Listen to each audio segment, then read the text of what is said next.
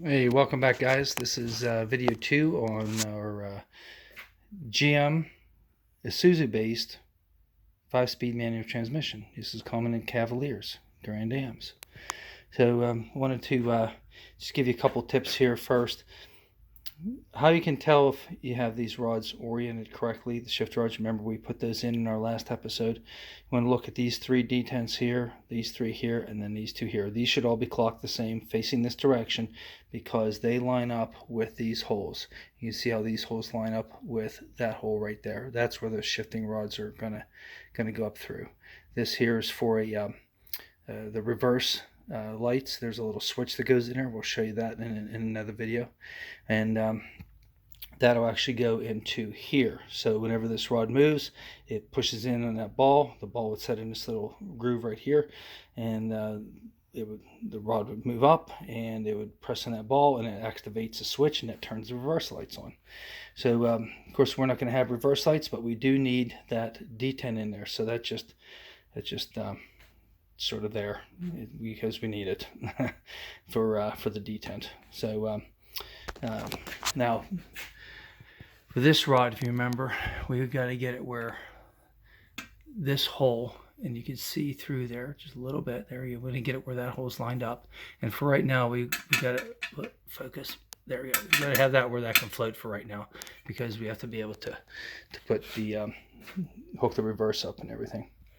So next thing we want to do, install our magnet. Every one of these transmissions has a magnet. It goes in this little alcove right here, just like so.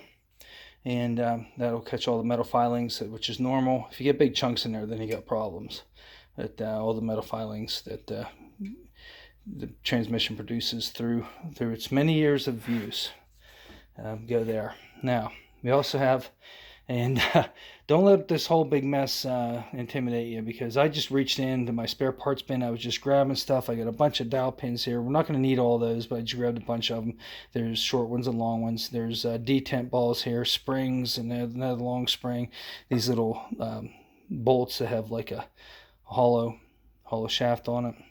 Okay, so we're going to show you what that's for. All these detent balls are all the same size. You don't have to worry about mixing them up. If you drop one and you pick it up, you don't have to worry about where it all went. So this one is going to go in this hole right here. I'm going to put that in there, right like that. Okay, that's it. And then we're going to grab our spring. And there's 4 springs. There's 3 short ones and a long one. This is the long one. And we're going to push that ball in with the spring. And you can actually see, if you look down through that hole, you might be able to see it moving around a little bit in there. Maybe just a little bit. Okay, there we go. And then we're going to take our bolt with our little cup inside. Put that in there. Tighten that up. And you got to be careful. If you over tighten this, you'll snap this head right off of this. And then you have to take a screwdriver and back that out. It's a real pain. You kind of tap on it until you can get a hold of it, and then back it out. Then we take a ratchet and just snug it up. Don't want to go too hard. Okay, so that's going to press on a detent in this shaft right here. This is the reverse gear. So that'll help stabilize the shaft so that it doesn't. And you can see these ones here move a little bit. It's normal. Okay, they move a little bit, but this one here is kind of locked into position now with that detent ball, and that's what we want. We don't want that floating around. So I wanted to show you this real quick here. Of course, we have our gear clusters here, and cluster is one word you might use for all this stuff. But I wanted to show you the difference between the early gears and the late gears. These are the early gears, and you can see they're just beautifully machined. I mean, really machined well. This one here's got a little bit of a rough surface on it because I had an LSD insert in with it. So pay no attention to that. That would normally be nice and smooth. You can see how just beautifully machined those are. And then this here is the factory gears. You can see after about 100,000 miles kind of where they got on. A lot of them I've seen where there's teeth completely missing. They start making noise and they start moving back and forth. It's a real mess in there. And it's not just that one spot either. If I can move this around, and you can see You can see how bad that is. So that's why we're going to be welding this. We're going to weld it. So that's something for another video. But wanted to just show you the next step here. We got the magnet installed. We're going to make these videos kind of on the short side so that you can just see each step.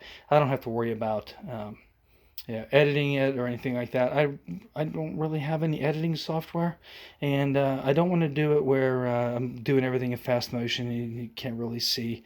As I work, I can kind of explain things, what I'm doing as I go.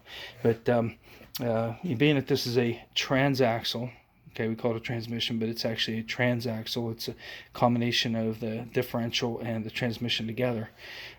This being, if you've heard ring and pinion, this is your ring gear. And this, on this shaft, this is your pinion. That's it. So we'll make another video and I'll explain how all this stuff works. And we're going to be pulling bearings off and pressing other bearings on, and we have to change a collar out, and it's going to be a real hoot. But like I said, don't let all this, I mean, I have a bunch of stuff sitting here, but don't let all this intimidate you. As we go through it, I'm going to very slowly explain everything so you can see everything that needs to be done. So if you like what you're seeing here, go ahead and hit the like and subscribe. Appreciate you guys watching. See you in the next video.